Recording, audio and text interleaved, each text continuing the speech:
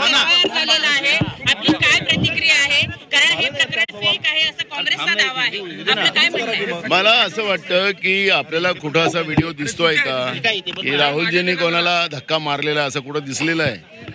राहुलजींनी कोणालाही धक्का मारलेला नाही, ते फेक आहे हे तर लोकांना दिसते आहे. या पद्धतीचं जे पाप अमित शहानी बाबासाहेब आंबेडकरांचा अपमान करून केलेला आहे, त्या पापाला लपवण्यासाठी हे फेक नेरेटिव्ह बीजेपी निर्माण करण्याचं काम करते आहे.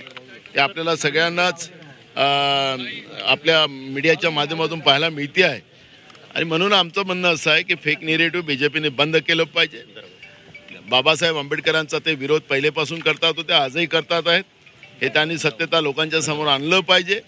बाबासाहेबांचा अपमान ज्या पद्धतीने ते करतात, पहिले नेहरूजीचा अपमान करत आलेत, मग इंदिरा गांधीचा अपमान करत आलेत, आता बाबासाहेब आंबेडकरांचा अपमान करतात आहेत.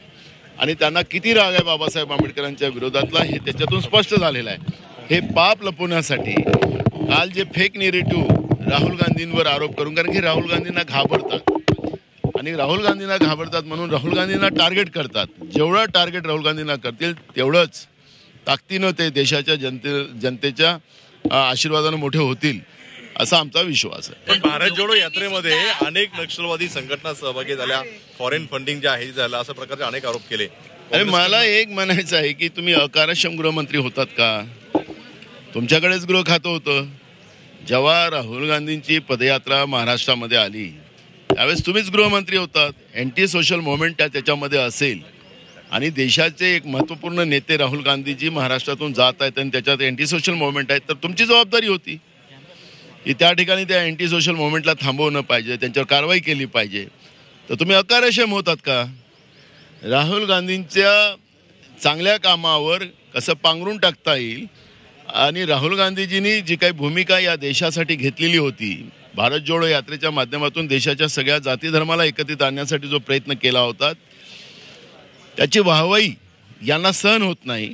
आणि म्हणून या पद्धतीचं एक फेक नेरेटिव्ह टाकण्याचं काम देवेंद्र फडणवीसांनी काल सभागृहात केलेलं आहे. पण काल त्यांनी काही सभागृहामध्ये काही डॉक्युमेंट सुद्धा दाखवले आणि 12चा सुद्धा काही रेफरन्स दिला. खुद्द गृह मंत्रालयाने पत्रावर केला होता तो. मला एक म्हणायचं आहे की अँटी सोशल मुवमेंट जी शहरी आहे ती लपलेली नाही आहे, ती आज नाही आहे.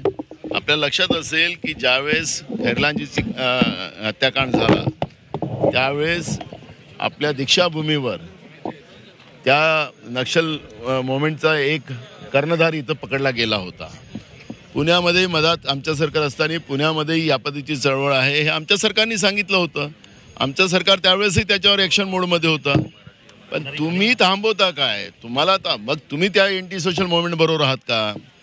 नक्षल चळवळी ज्या चालतात शहरी त्याच्यामध्ये हे स्वतः सहभागी आहेत का? यांचं सरकार सहभागी आहे का? हे प्रश्न निर्माण होतात. आमच्या सरकारने तर भूमिका स्पष्ट केली होती की आम्हाला हे सगळं मोडीच काढायचं आहे, आम्हाला चिरडून काढायचं आहे. सरकारचं उत्तर आहे सर आपण या लोकसभा आणि विधानसभा दोन्ही निवडणुकीमध्ये सुद्धा फंडिंग जे आहेत बाहेरून आलेले आहेत असं सुद्धा त्यांनी सांगितलं. मला वाटतं की केंद्रात सरकार यांचंच होतं ना आता निवडणुका झाल्या त्यावेळेस.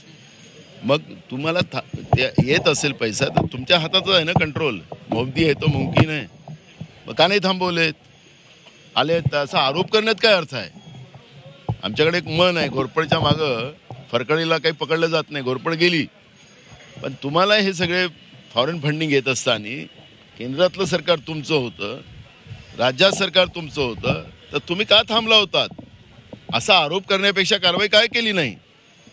सर कल्याणमध्ये काल मराठी अमराठीचा मुद्दा पुन्हा समोर आलेला आहे. रश्मी शुक्ला यांचा निकटवर्तीय म्हणून बतावणी करणाऱ्या एका अखिलेश शुक्ला नावाच्या व्यक्तीने देशमुख कुटुंबियावरती गुंडाकरवी हल्ला केला आहे. तुम्ही मराठी